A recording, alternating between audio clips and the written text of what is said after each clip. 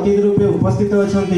आम जशीपुर ब्लॉक वर्तमान कार्यरत एपीएसआर श्रीजुक्त मोहन चरण महंत सर स्वरताली सहित स्वागत जनाइबा श्रीजुक्त मोहन चरण महंत सर